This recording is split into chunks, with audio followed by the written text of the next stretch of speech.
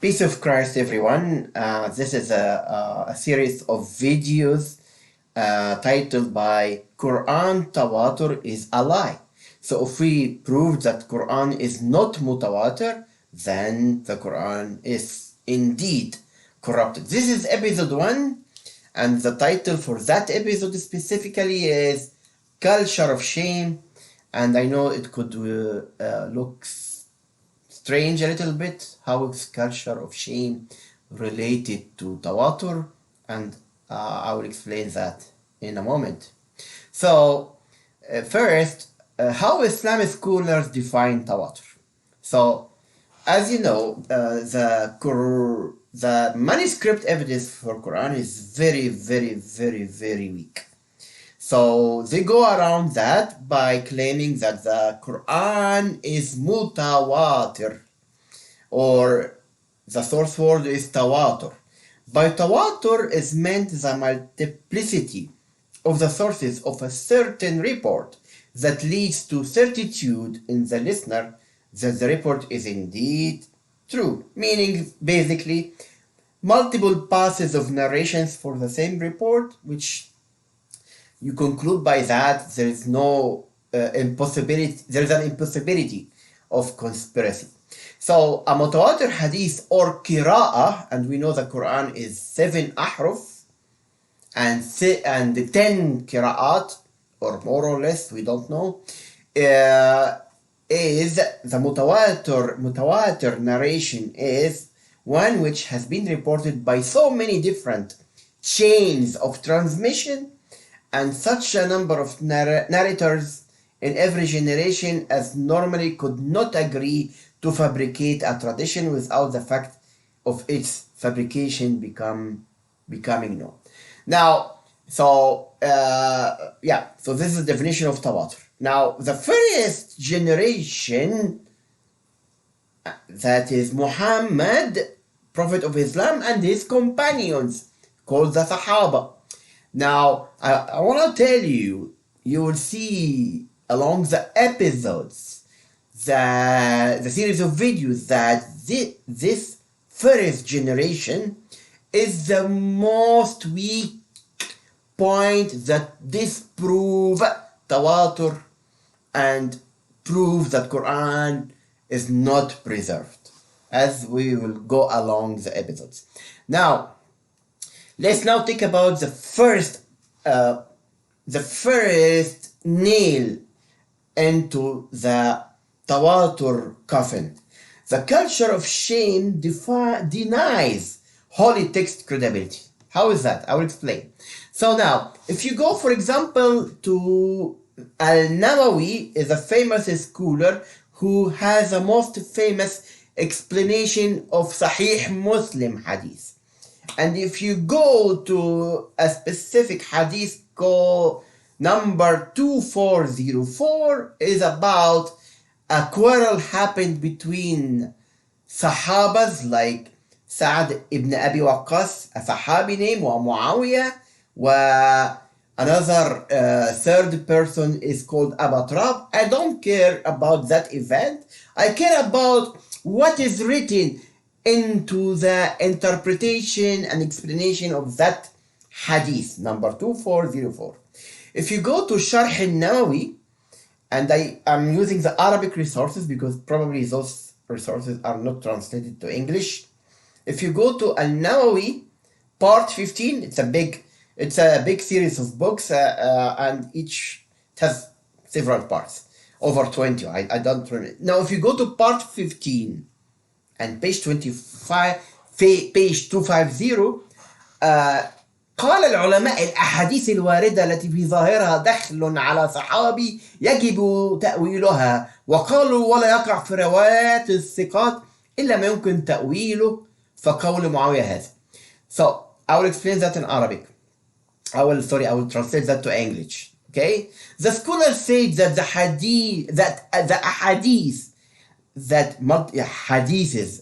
ahadith that appear to contain an attack or deformation on a companion Sahabi must be interpreted not like it is can be naturally interpreted in a different way. No, they say must. The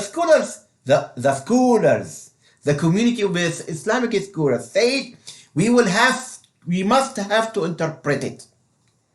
And they say that it should not be included in the narrations of trustworthy people except what is possible to interpret in a different way. Well, that is an academic scandal, frankly, because they are saying basically, hey, we will have any athar, any mawqufat, hadith coming about Sahaba, we will have to give it a different meaning.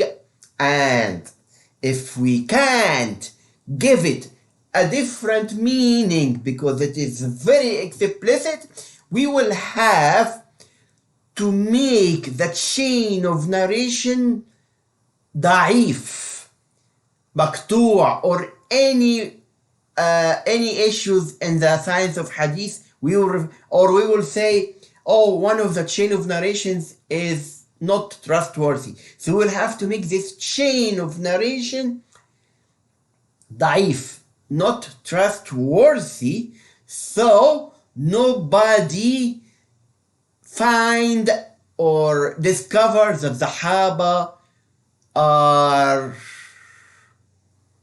with zero credibility. And as we know, the first chain in the false claim of Quran Tawatur is the Sahaba. Now, is this the only book mentioning that? No, we have a lot. And I can give you today another example.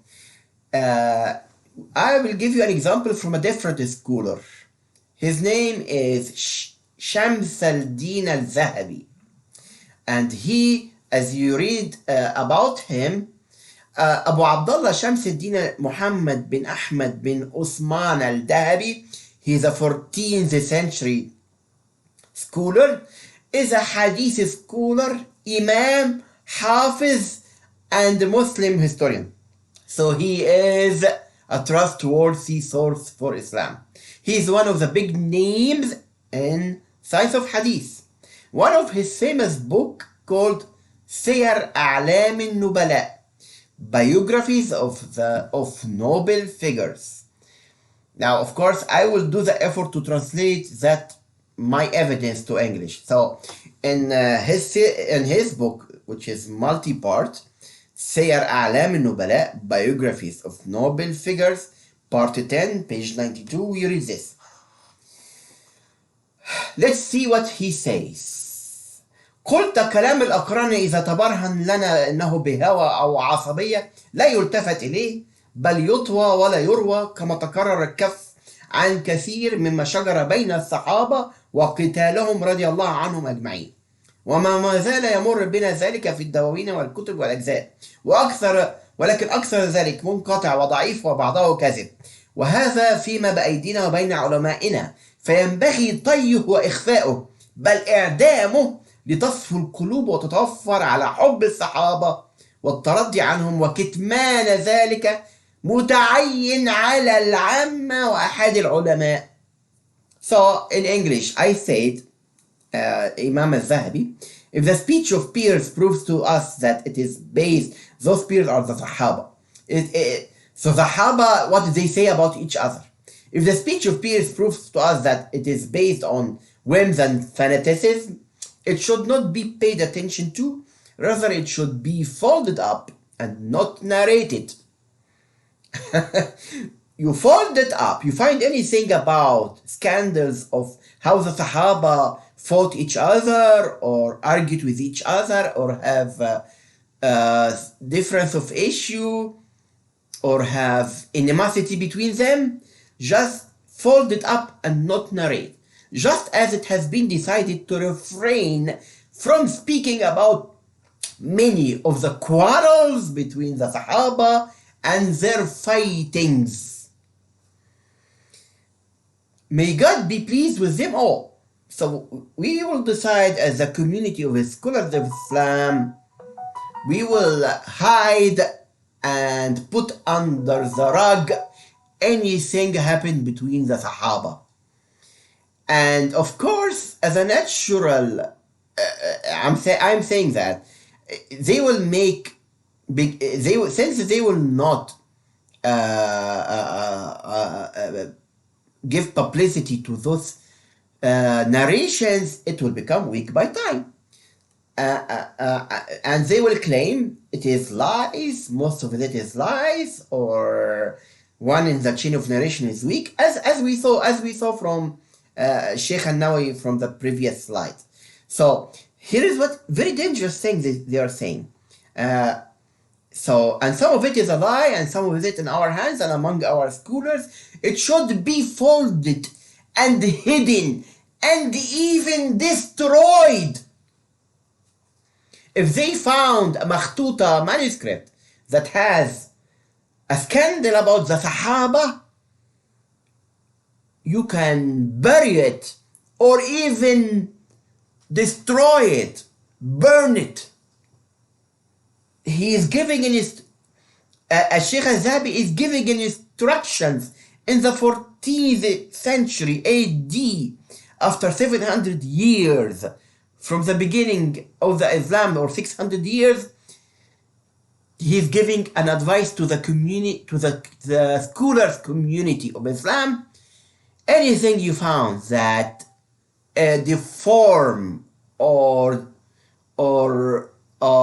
take away the credibility of Sahaba, bury it or put it on fire or destroy it.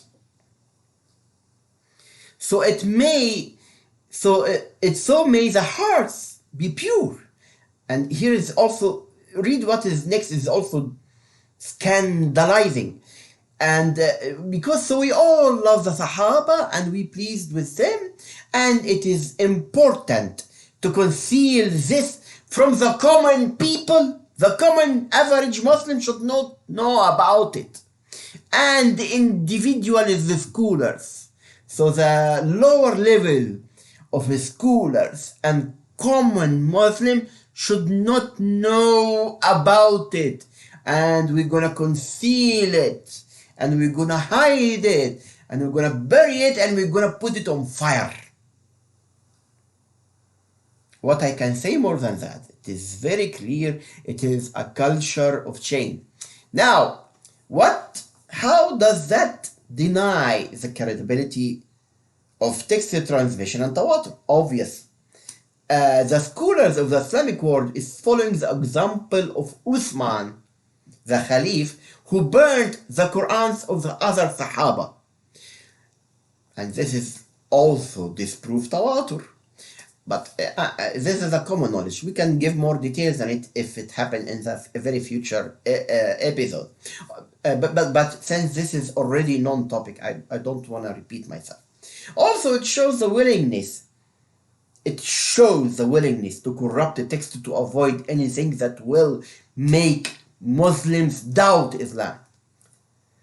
This is number one. Number two, second, it is known in the academic world that the criteria of embarrassment increases the credibility of historic narrations and transmissions.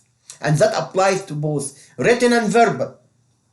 In our case, we find embarrassment leads to loss of narrative. So the opposite of the credibility. Now, third, those evidences provided are all related to the reputation of the Sahaba, and that suppose the first line of transmitting the narrations of the Quran, ahruf or Qur'at or whatever. If Muhammad and his Sahaba proven to have credibility issues, the whole narrative and the claimed tawatur system will fail. Number four, if the Sahaba and their fights and differences in different issues and situations would be destroyed, how would we know if they argued over Quranic text? If they for less issues, they are high if like the for the maybe the simplest stuff. A Sahabi cursed another Sahabi for some unimportant reason, they will still go and hide that narration and text and hide it and make it weak and make it daif and make it trustworthy. What happened if they argued about Quran ayahs? And this is much more important. Of course, that means that those will be completely shut down from history and we will never know about it because of the culture of shame. So, and that's proof that we really, they are not honest about the Islamic scholar community for 1,400 years are not trustworthy about transmitting Islamic texts. Fifth, we will see actually that yes, the Sahaba argued over Quranic texts, and we will see that in the next episodes. So please stay tuned and peace of Christ with you all until we meet in the next episode.